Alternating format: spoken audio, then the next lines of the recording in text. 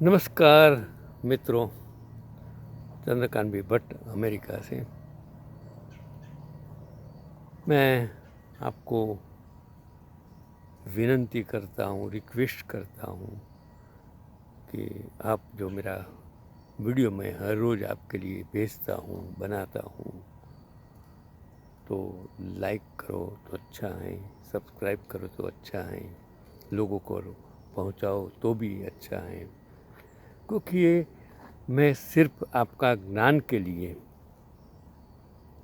जो जानकारी आपके पास नहीं है वो देने के लिए मैंने एक प्रयत्न किया, मेरे जीवन का एक हिस्सा बना दिया कि आजकल दुनिया में लोगों के पास समय नहीं है, पढ़ते नहीं है, तो मेरा ये वीडियो देखकर उसको कुछ ज्ञान मिले, समझ मिले कि दुनिया कहाँ से कहाँ पहुँच गई है।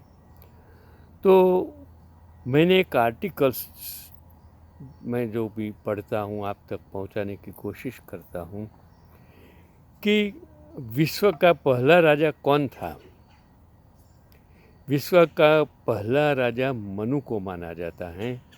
सनातन धर्म के अनुसार मनु संसार के प्रथम पुरुष थे और मनु का जन्म आज से लगभग 19,700 साल पूर्व हुआ था और प्रथम मनु का नाम स्वयंभू मनु था, जिनके संग प्रथम स्त्री थी शतरूपा।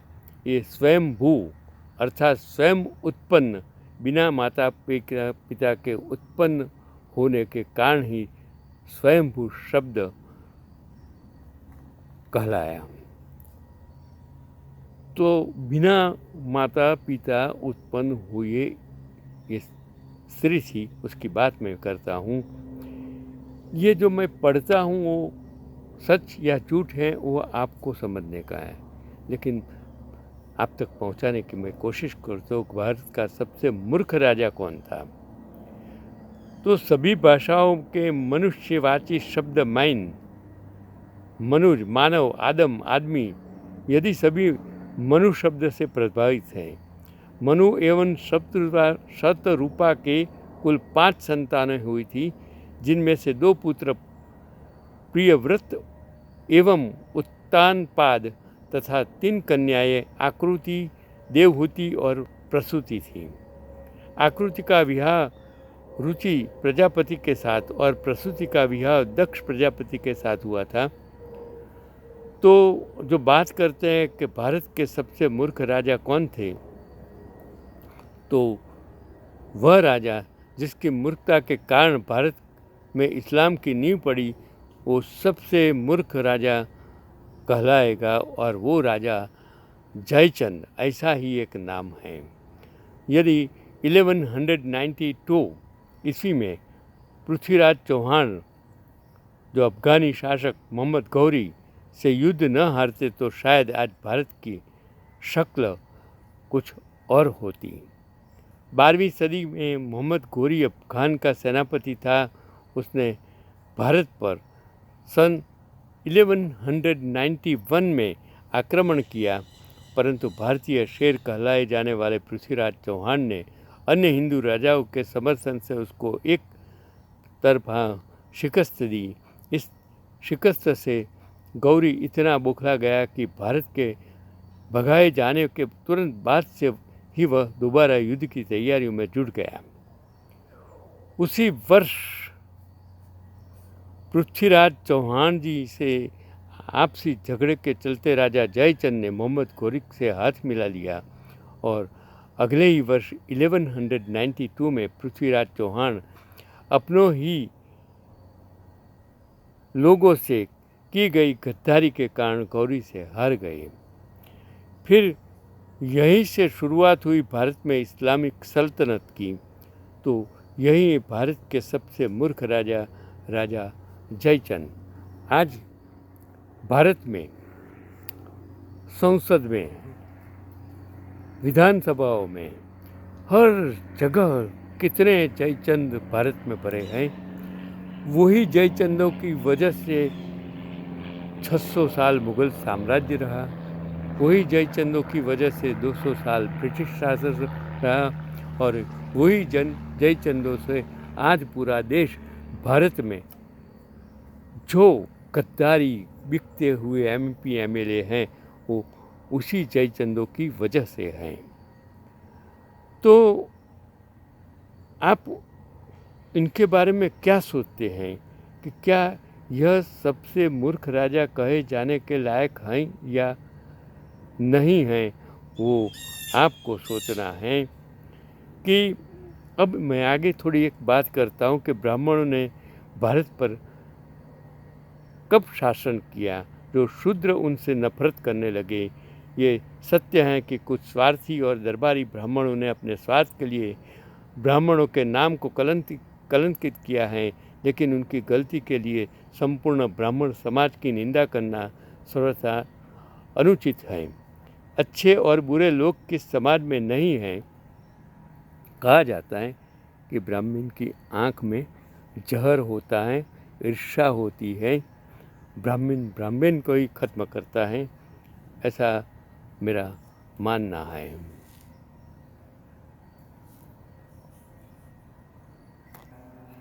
मैं फिर से आपको ये बात कहना चाहता हूँ कि शूद्र उनसे नफरत करने लगे क्यों। ये सत्य है कि कुछ स्वार्थी और दरबारी ब्राह्मणों ने अपने स्वार्थ के लिए ब्राह्मणों के नाम को कलंकित किया, लेकिन उनकी गलती के लिए संपूर्ण ब्राह्मण समाज की निंदा करना सर्वथा अनुचित है। अच्छे और बुरे लोग किस समाज में नहीं हैं। हर बात के लिए ब्राह्मणों को दोष देना ठीक नहीं है। ब्राह्मणों में केवल दोष निकालना उचित नहीं होगा, उनके गुणों और उनके द्वारा किए गए अच्छे कार्यों को भी देखना होगा। मैं भी ब्राह्मण हूँ। हम सब कहते हैं, मैं फिर से कहता हूँ कि ब्राह्मण की आँखों में जहर होता है, ऐसा मुहावरा है। और ये भी मैंने एक्सपीरियंस किया कि मुझे जो भी ब्राह्मण मिले वो मुझे दुश्मन ही समझते थे। मेरे अगेंस्ट में किस तरह काम करना वो भी करते थे, लेकिन कभी भी मैंने अभी किसी के बारे में, कोई भी इंसानों ने मेरे लिए जो भी बुरा किया उसके बारे में मैं गलती से भी मैं कभी उसके बारे में गलत करने का सोचता ही नहीं। ये ईश्वरी देन है। जब जब भी इस राष्ट्र पर संकट आया तो ब्राह्मणों ने आगे आकर समाज को रास्ता दिखाया। आज भी मैं मेरे समाज को, लोगों को सिर्फ रास्ता दिखाने का काम करता हूँ, मदद करने का काम करता हूँ।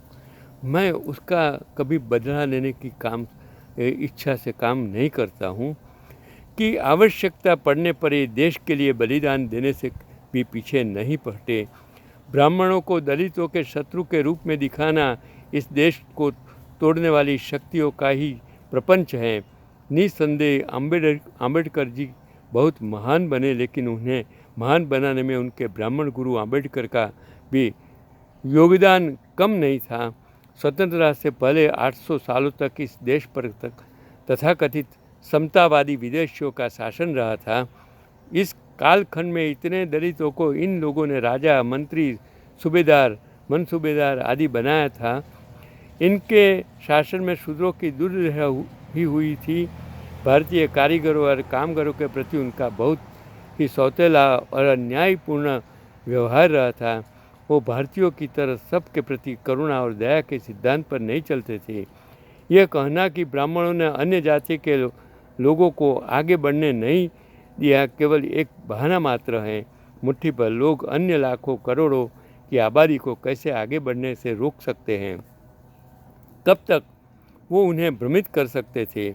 ऐसे अनेक उदाहरण हैं जहाँ शूद्र जाति लोगों ने भी ऊंचाइयों को प्राप्त किया था। जो आगे बढ़ने के लिए सतत प्रयत्न करेगा उसे कोई रोक नहीं सकता है, चाहे परिस्थितियाँ कितनी भी विपरीत हो। ब्रह्म अर्थात ईश्वर के उपासक को कहा गया है। ब्राह्मण का जीवन त्याग और तपस्या का था।